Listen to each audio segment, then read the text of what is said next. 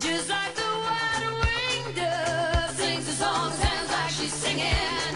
Ooh, ooh, ooh. Just like the white-winged dove sings a song, sounds like she's singing. Ooh, baby, ooh, say ooh. And the days go by like a strand in the wind, in the web that is bound. I begin again. Vaikščiojant jinai atrodo plati, beribė, saugi ir taip toliau, bet kai sėdi jo ir važiuoja dideliais greičiais, viskas labai stipriai susiaurėja. Tai kai nesi buvęs joje, nei realybėje jokia forma, tai prasieiti piškom nėra blogas ženklas. Formulės 1 lenktynės buvo pakankamai tragiškos per vieną savaitgalį. Tai po jų trasoje įvyko labai daug pakeitimų ir vienas didžiausių yra šitas posūkis, kuriame vėliau prieisim ir užsimušė Artono Senna. Šitas posūkis, kur išsirikioja mašinas, kur matosi, tai jau ten 6 bėgių jau tenai važiuoja. Tas toksai palinkimas, tai jį ignoruoti reikia. Tai greitis bus kokia 280. Spėjimas čia mano, bet manau panašiai tikslus bus. Nu va, ir esam ant vieno liūdniausių šitos trasos posūkių.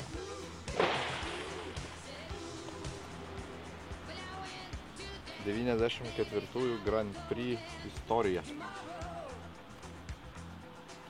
Na ir čia. Kadangi Senos žūties priežastis po šiai dienai yra likęs savotiška mistika, vieni tai laiko techninių gedimų, kiti tai laiko aerodinamikos klaida, kad jinai ten sekundės dalį buvo jam tiesiog dingus dėl prisilietimo dugno. Tai tiesos realiai, jeigu jie ir kažką žino, nemanau, kad ištrauktų kada nors gyvenime.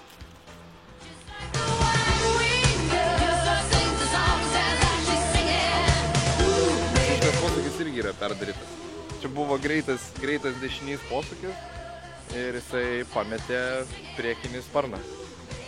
Pametė priekinį sparną ir nebeturėjo jokio valdomo savo formulės ir tiesių taikymą ant 309 km per valandą, man atrodo, rėžėsi į sieną. Tai šiaip jisai žuvo vietoj, bet pinigai dideli darė savo tuo metu ir visi deklaravo, kad jam koma, išvežė jį į ligoninę ir nors normaliai praktika yra tokia, po tokių įvykių turėtų būti stabdomos ir atšaukiamos varžybos, jos buvo tęsiamos ir kitą dieną dar ir Senna žuvo ir tada buvo paskelbta ir kad ir iš tikrųjų šitas bičas pagulėjęs ligoniniai žuvo, nors tai buvo savotiškas melas. Ta savaitgalį visi atsimena tik Senna, bet dėja tai ir yra dieną prieš žuvo ir šitas pilietis. Dažnai būna, kad trasų tiesiosios jos būna pakankamai siauros ir ten jau geriau nepadaryti klaidų. Jeigu galvojat, kad neapskaičiuotų darbininkų yra tik Lietuvoje ir Rusijoje, ne. Jų yra ir čia, ir jie gali sulaikyti labai brangias konstrukcijas. Iš techninės pusės labai gerai yra tokios trasos, nes tu tikrai pakankamai gerai tobulėjai juose, bet iš kitos pusės eina šik baisu.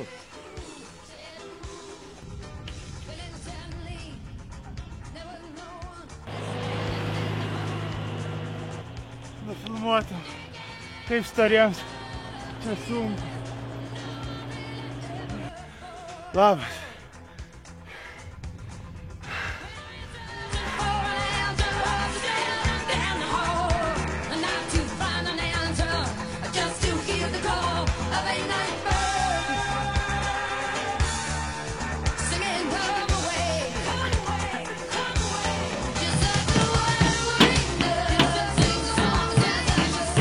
Jaukesnė jinai gamtos, kraštovaizdžio, čiulbančiais itališkais paukščiukais, parkais aplinkui ir pakankamai gražia žaluma aplinkui.